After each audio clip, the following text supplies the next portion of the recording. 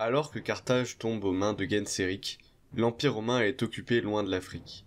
Les forces romaines d'Occident étaient occupées à repousser les Burgondes en Gaule, et les troupes orientales du général Aspar montraient des réticences à retourner affronter les Vandales. Genséric était cependant conscient que cet acte était une déclaration de guerre, et c'est pourquoi il prit l'initiative. Il lança les navires de Carthage contre toutes les côtes de la Méditerranée occidentale afin d'affaiblir le pouvoir de Rome. Valentinien III étant incapable d'agir, son cousin Théodose II lui vint en aide en 441 avec une flotte qui stationna en Sicile. Aucune attaque ne fut cependant lancée vers l'Afrique, et en 442 la flotte romaine repartit en Orient. Les généraux chargés de cette opération auraient refusé de pousser l'expédition plus loin, et l'annonce que la frontière du Danube était désormais menacée par les Huns les aurait poussés à défendre leur territoire. Face à l'incapacité d'écraser les Vandales, Valentinien III leur accorda de nouveau le statut de fédérés, et reconnut leur contrôle de l'Afrique, de la Byzacène, de la Tripolitaine, de la Numidie. La Maurétanie restait sous contrôle romain, mais les autorités impériales ne furent pas vraiment aptes à restaurer l'ordre sur place. Les Vandales n'étaient pas soumis aux tribus ou à des obligations, et l'Empire perdait alors une source de richesse extrêmement importante. Le territoire immense de l'Occident devenait alors indéfendable par les seules légions, car l'Empire n'était plus capable de maintenir son armée. Afin d'assurer la tranquillité des relations avec les Vandales, Valentinien III promit la main de sa fille encore très jeune à Hunéric, fils de Genséric. Le destin de la famille des Théodosiens et de celle de Genséric était désormais lié. Cette liaison suivit la tombée en disgrâce de la fille du roi des Visigoths, promise à Hunéric, et qui se serait apparemment compromise avec des ennemis du roi. Celle-ci fut défigurée, puis chassée, renouvelant les tensions entre Goths et Vandales. Néanmoins, la paix désormais retrouvée, Genséric put consacrer les 10 années suivantes de son règne à solidifier son état. En 442 avait éclaté une révolte de la noblesse romaine et vandale, qui se sentait lésée du partage du territoire. En effet, Genséric fit chasser la noblesse romaine de proconsulaires pour y installer les Vandales. Cependant, le reste du royaume devait rester sous contrôle direct de Genséric. Son objectif était simple, il fallait garder les Vandales concentrés dans la même région, afin d'éviter de les voir disparaître dans une population à majorité romaine. De plus, afin de renforcer cette centralisation du pouvoir, il fait raser toutes les forteresses, sauf celle de Carthage, afin d'éviter que des rebelles ou une armée ennemie les utilisent comme base pour détruire son royaume.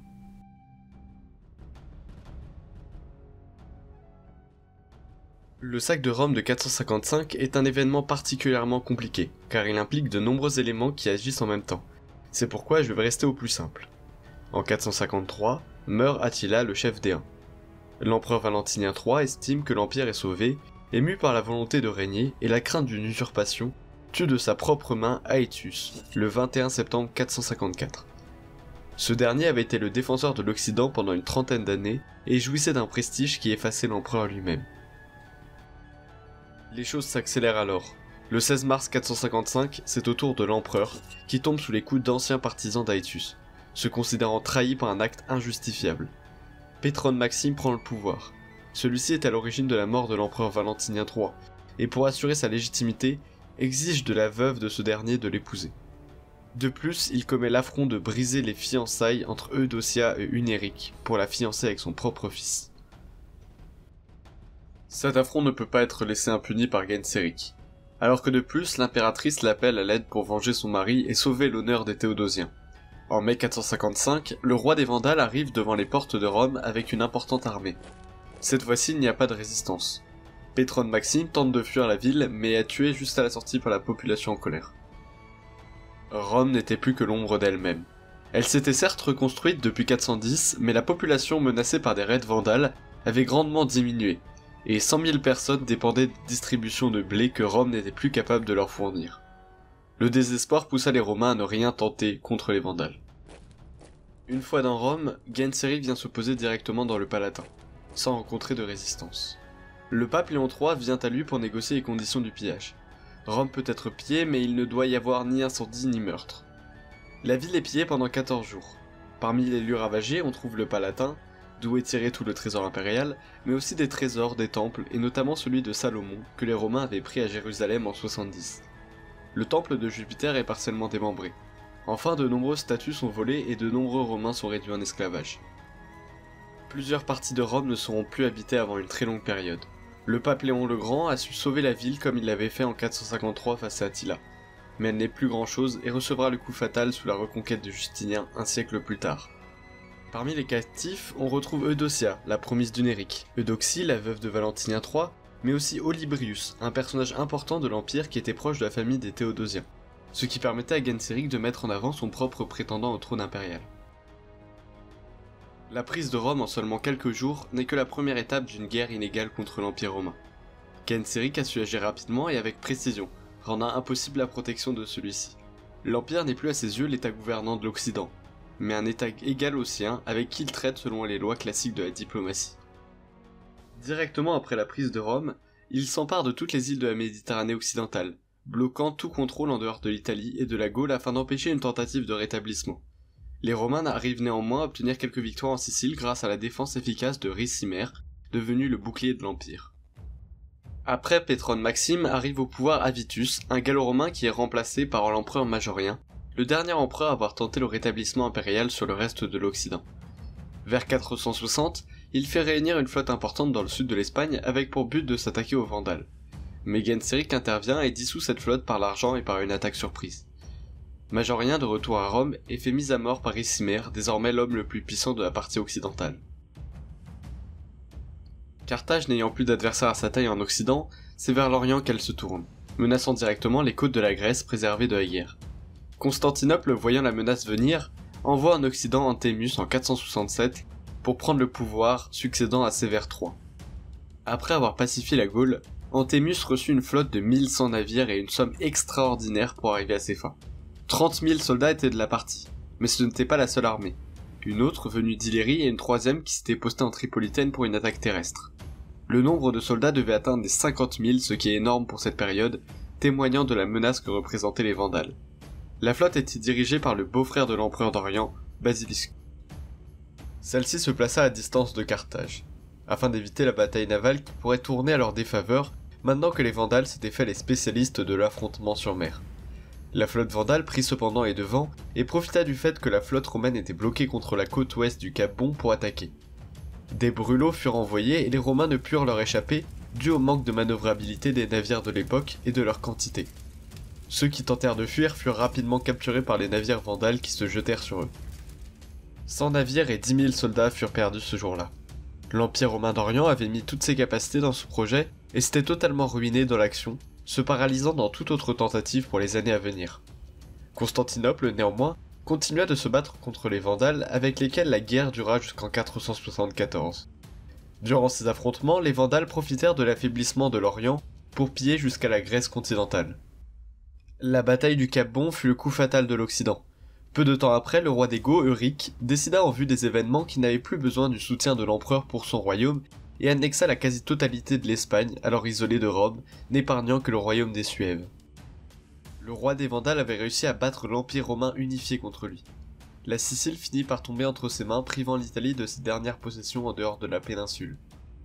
À l'instar de Majorien, Ricimère fit assassiner Antémus en 472 pour son incapacité à sauver l'Empire.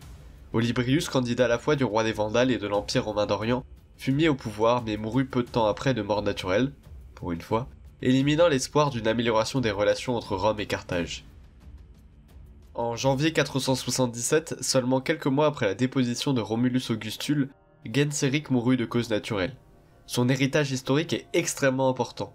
Il est devenu roi alors que les Vandales venaient d'être repoussés par les Goths et les Suèves dans la Bétique, et il a su utiliser la politique romaine dans son intérêt afin de réaliser le rêve de son peuple et de bâtir un royaume pour les siens dans l'Empire romain.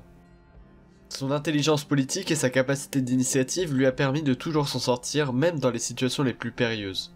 On peut lui reprocher cependant de ne pas avoir réussi à bien suivre la politique successorale de l'Empire romain. Il ne semble pas avoir eu la volonté de détruire l'Empire, mais de l'avoir comme égal. Cependant, ses actes ont directement poussé à l'effondrement de l'Empire, faisant de lui le véritable ennemi de Rome, bien plus qu'Attila, pourtant bien plus célèbre que le roi des Vandales.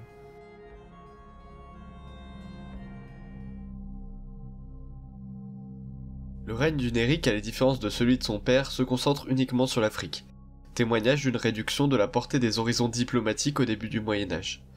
On sait néanmoins que la Sicile est donnée à Odoacre, alors roi de l'Italie, afin d'assurer la paix.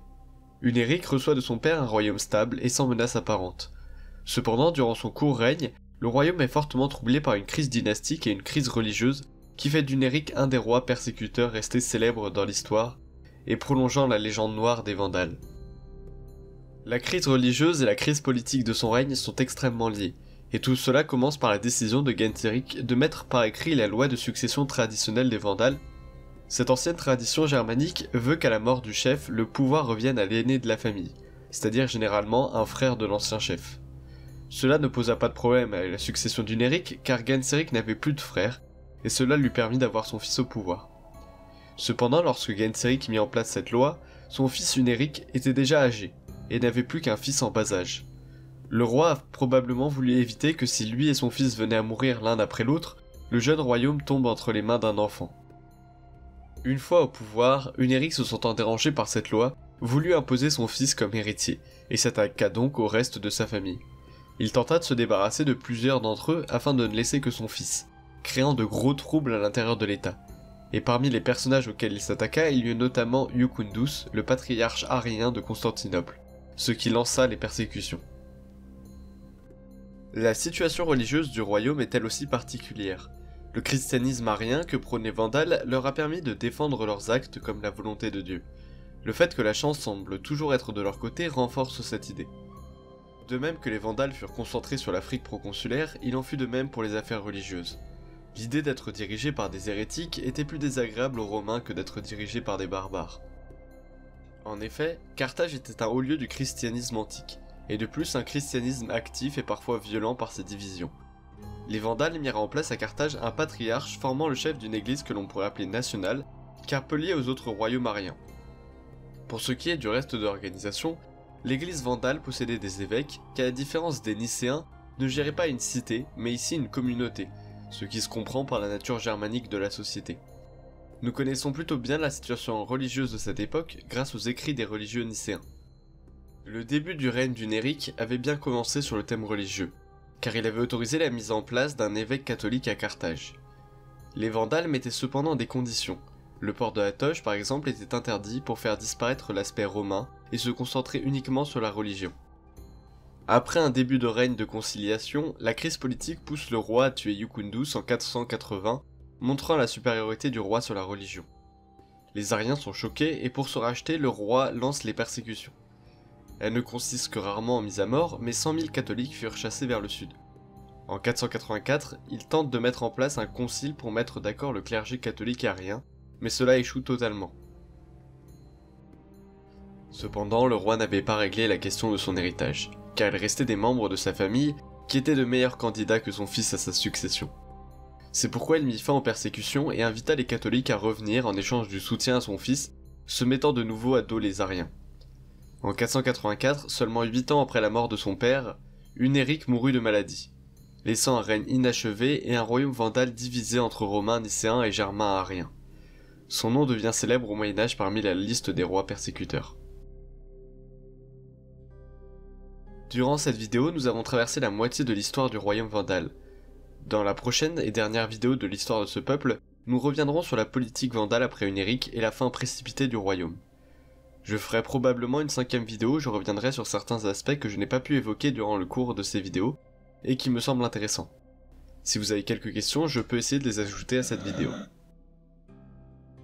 En attendant, si vous avez apprécié la vidéo, n'hésitez pas à mettre un like, à partager la vidéo et à vous abonner.